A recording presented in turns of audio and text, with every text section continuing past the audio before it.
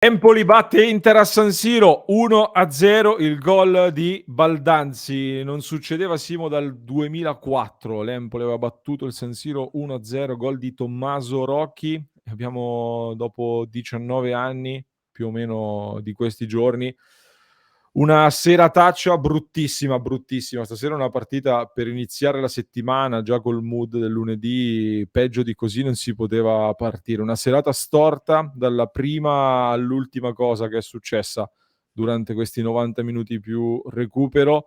Un Inter che c'erano quei sentori da serata strana, c'erano quei sentori da una serata in cui poteva succedere qualcosa di non gradito. Lo abbiamo visto, partita indirizzata sicuramente dall'espulsione nel primo tempo di Milan Skriniar, chiacchieratissimo anche lui, perché stasera di fatto la gente preannuncia l'addio e tra poco ne parliamo. Tanto nervosismo, un Inter spuntata soprattutto nel primo tempo con l'attacco Correa-Lautaro. I cambi non hanno sicuramente raddrizzato la gara. Per me il mister lo stesso poteva fare molto meglio nella gestione poi dei cambi durante il secondo tempo, anche si vedeva la squadra in calo. Abbiamo tardato e non mi son piaciute alcune scelte. Qualche occasione c'è stata anche una traversa, ma queste sono le serate in cui non gira e abbiamo perso contro un Empoli che invece è molto ordinato, in un trend positivo nelle ultime partite, ci ha messo tutto, noi tanto nervosismo e un brutto passo indietro dopo il trionfo della Supercoppa, dopo la gioia della Supercoppa. Forse, Simo, non credo che siamo stati distratti dai festeggiamenti, ma dalle tante, troppe discussioni sul caso Skriniar, secondo me qualcosa ne abbiamo risentito e proprio per questo motivo io oggi spero che entro le prossime 24 ore Skriniar venga venduto, lo dico proprio sinceramente, perché se si continua sulla base di quelle dichiarazioni che abbiamo letto adesso dal suo agente e vediamo poi partite come queste, senza entrare nel merito dell'espulsione di cui parliamo dopo, ma per me non è slegata la situazione del nervosismo e di quello che abbiamo visto stasera. Può essere, però mi sembra veramente un po' troppo limitante andare su fattori solo esterni per spiegare No, questa certo. partita che l'Inter non Non è può solo permettersi quello, di certo. perdere. No, no, chiaro, cioè, non può permettersi di perdere in casa contro l'Empoli nel momento in cui qualcuno ancora, in maniera secondo me esagerata, parlava di eventuale rimonta. C'era un calendario che comunque sulla carta era favorevole, perché su questo sfido chiunque a smentirlo, un turno dove l'Atalanta non ha vinto, il Milan domani va a Roma con la Lazio e potevi provare a guadagnare dei punti e invece vai a fare la sesta sconfitta in 19 partite, quindi un terzo delle gare giocate sono state perse. La complichi con delle scelte tattiche dalla panchina che secondo me sono allucinanti a gare in corso e comunque in tutto questo io ho visto un Inter che non c'era a livello anche fisico. Io non so se la causa è la stanchezza post Supercoppa, sebbene comunque siano passati 5 giorni, mi pare, dalla partita, quindi non è che si è giocato dopo 2 giorni e mezzo come capitava a volte. Anche oggi però sono entrati in campo quasi tutti gli stessi 11 della gara della Supercoppa. A metà partita c'era già il centrocampo cotto fisicamente anche Di Marco sulla sinistra. Non lo so, fatico a inquadrare questa partita, nella quale mi aspettavo un epilogo simile quando ho visto l'espulsione a Skriniar e l'abbiam detto subito, però comunque l'Inter davvero non ha dato segnali, cioè encefalogramma piatto completo e questo è veramente inspiegabile nel senso più letterale del termine. Ma, io mi viene anche da pensare, Simo, che forse anche il messaggio che lanci di fare un po' di turnover in questa partita non è un bel messaggio. Questa era una partita che non potevi permetterti di sbagliare, alla luce anche delle vicende extracampo, della nuova classifica, del fatto che l'Atalanta si ferma, la Roma continua a vincere e ti agganci in classifica. Poi chiudere la prima parte di stagione con 6 sconfitte nel girone d'andata è veramente clamoroso. A -13 dalla vetta del Napoli è un risultato molto duro da accettare. Ehm, per me c'è stato un po' un messaggio non di cattiveria sufficiente nell'affrontare questa partita, o almeno è quello che abbiamo visto poi sul campo. Il turnover te lo potevi gestire meglio, non in questo momento, soprattutto perché abbiamo visto fin qui che questa squadra ci mette poco a perdere quella giusta concentrazione, quella giusta cattiveria. Gli ingressi di quelli in campo, vabbè, l'abbiamo detto, non sono entrati bene. Il gol preso, tra l'altro, è un gol dove inevitabilmente per me ci sarà una grossa critica anche su Onana, perché prende un gol dove ho visto già i commenti in chat, l'avesse preso Handanovic sarebbe stato massacrato. Un tiro molto forte da situazione da un tiro ravvicinato al limite dell'area di rigore, non era semplicissimo, non è stato perfetto, quindi delle responsabilità le ha anche lui, ma l'Inter lì era sbilanciata, forse troppo sbilanciata. Non lo so, stasera ha funzionato veramente poco in quest'Inter, che poi ai punti anche nel primo tempo qualche cosa l'Inter ha creato, le occasioni Simo, non so se hai un riepilogo a disposizione per chi non ha visto la partita.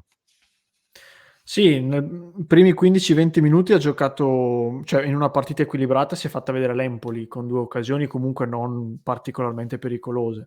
Poi dal 20° al 32° 3 occasioni per l'Inter, anche qui nulla di incredibile, e poi Caputo al 45° centrale di testa chiude un primo tempo piuttosto equilibrato. Nella ripresa ti dico solo che la prima occasione dell'Inter è al 75° con Dzeko che sfiora il palo con una girata. Prima c'era stata una doppia parata di Onana al 58° e il gol di Baldanzi dopo 10 minuti.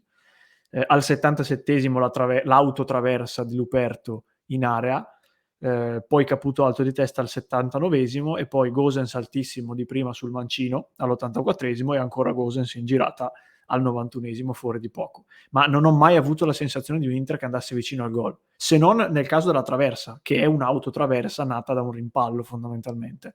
Cioè, io mi ricordo partite l'anno scorso in cui l'Inter creava 30 occasioni, che non avevo più lo spazio sul foglio per segnarle tutte.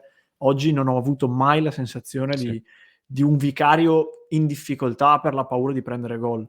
E ripeto, ho visto un Inter scarica dal punto di vista anche fisico. Non so se, ripeto, causa Supercoppa o causa pesantezza mentale dovuta a caso Skriniar e altre cose, per oggi l'Inter in campo non c'era in buona parte dei suoi uomini. E poi secondo me, ripeto, la partita si è complicata anche per delle scelte tattiche del mister che secondo me non doveva tornare a 3 dopo il rosso a Skriniar, si poteva stare serenamente a 4, invece è andato a togliermi una punta per mettere Bellanova che è entrato malissimo, poi ha svuotato il centrocampo per mettere 1000 attaccanti ma non arrivavano più i palloni e anche questo comunque ha contribuito.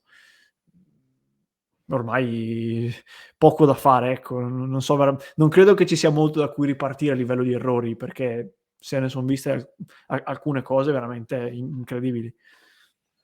No, no, quella di stasera è una partita da cancellare assolutamente. Dico solo che in questo momento, Simo, dobbiamo renderci conto, ma lo sapevamo già, però sotto sotto speravamo ancora di poter riaprire qualche discorso lassù in vetta verso il Napoli, per poterci provare almeno a tenerlo aperto fino all'ultimo questo tentativo di corsa a scudetto. Diciamo che oggi definitivamente dobbiamo metterci, secondo me, una pietra sopra quel sogno, ma qui su Passione Inter lo dicevamo già da inizio gennaio e non solo. Dobbiamo settarci sulla corsa per il quarto posto o almeno per il secondo, ecco, come sogno, come obiettivo. Oggi l'Inter è al terzo posto in attesa poi domani del Milan che ha la possibilità di allungare, oppure di far rientrare anche la Lazio ed avvicinarsi a quel treno che lotta per la Champions, visto che il Napoli sta facendo, ormai un campionato a parte. Sì, io sinceramente non c'ho veramente mai creduto al discorso scudetto, forse nemmeno dopo la vittoria con il Napoli, perché vedo proprio nel Napoli una squadra che quest'anno secondo me si merita di vincerlo, poi vediamo come va a finire. Però è di una compattezza e di una efficacia che non solo non ha l'Inter, ma non ha nessuno. Da un certo punto di vista ci viene anche in grande aiuto la penalizzazione che ha subito la Juve, perché comunque ti toglie un avversario davanti e se tu guardi la classifica oggi fa comodo, perché veramente la Roma e la Lazio sono lì e sono squadre che secondo me vanno tenute sott'occhio, soprattutto la Lazio per come la vedo io. E quindi Son d'accordo che l'obiettivo deve essere il secondo posto, perché comunque siamo lì a livello di gruppone, però bisogna arrivarci, perché comunque, ripeto, siamo ufficialmente a metà stagione, quindi non è che si può dire: poche partite". A metà stagione la classifica ti vede in corsa e nei posti Champions, ma ti vede anche molto vicino ai posti non Champions.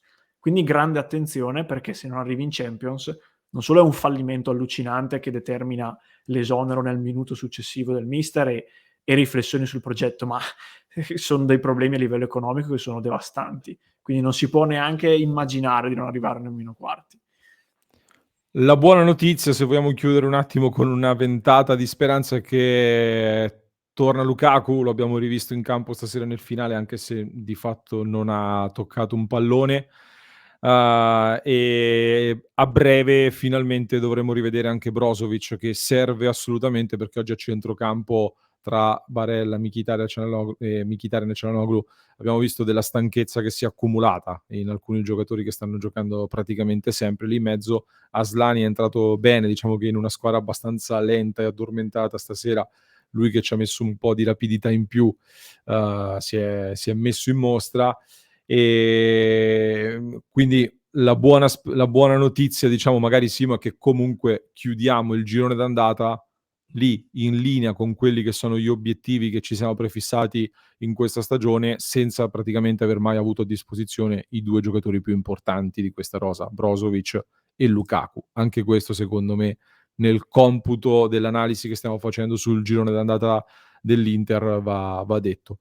Quello che dicevo però anche prima, mi aspettavo qualche passo in più, nel modo di gestire, di correggere, gli errori che abbiamo commesso anche l'anno scorso. Questo passo in avanti per ora non lo abbiamo ancora fatto.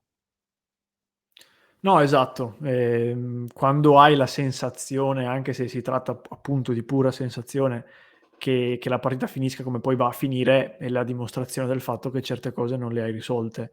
Io sono stato sincero, ce l'ho avuto questa sensazione, speravo di sovvertirla, ma l'ho anche detto, bisogna sovvertire il punteggio che già mi sto immaginando, diciamo, e invece purtroppo è andata così. Quindi la fortuna, se vogliamo, è che anche le altre squadre comunque, per quanto magari non ce ne rendiamo conto, hanno dimostrato di perdere punti anche loro in partite simili. Lo stesso Milan con l'Empoli ha vinto all'ultimissimo, avendo fatto un gol allucinante dopo averlo appena subito al 92esimo. La Juve, prima di essere penalizzata, comunque aveva perso col Monza, quindi non siamo gli unici che perdiamo certe partite o non vinciamo certe partite, però è chiaro che l'asticella deve essere inevitabilmente più alta di un Inter-Empoli 0-1, chiaramente. Complimenti a questo Empoli, comunque, che ha fatto una buona partita, una buonissima partita, e dicevamo arriva da un buon momento di forma. In apertura, Simo, dicevo, per me Skriniar va venduto, perché a me dà le sensazioni, leggendo le dichiarazioni di stasera della gente, che sia un rapporto che rischia, ecco, stasera già l'espulsione inevitabilmente a qualcuno farà storcere il naso, aggiungerà della dietrologia sul discorso rinnovo, e dovesse capitare un altro errore la situazione diventa difficile da gestire anche a livello di umore, della piazza, di rumori vari. Con lui ce ne sono altri da accompagnare presto alla porta, anche Correa stasera veramente non ha toccato letteralmente un pallone. Chiudo qui, poi le pagelle le facciamo a parte e commenteremo a parte le prestazioni dei singoli. Vi ricordo di iscrivervi al canale, mi raccomando, per non perdervi neanche uno dei nostri contenuti ogni giorno, tutte le nostre analisi, le pagelle.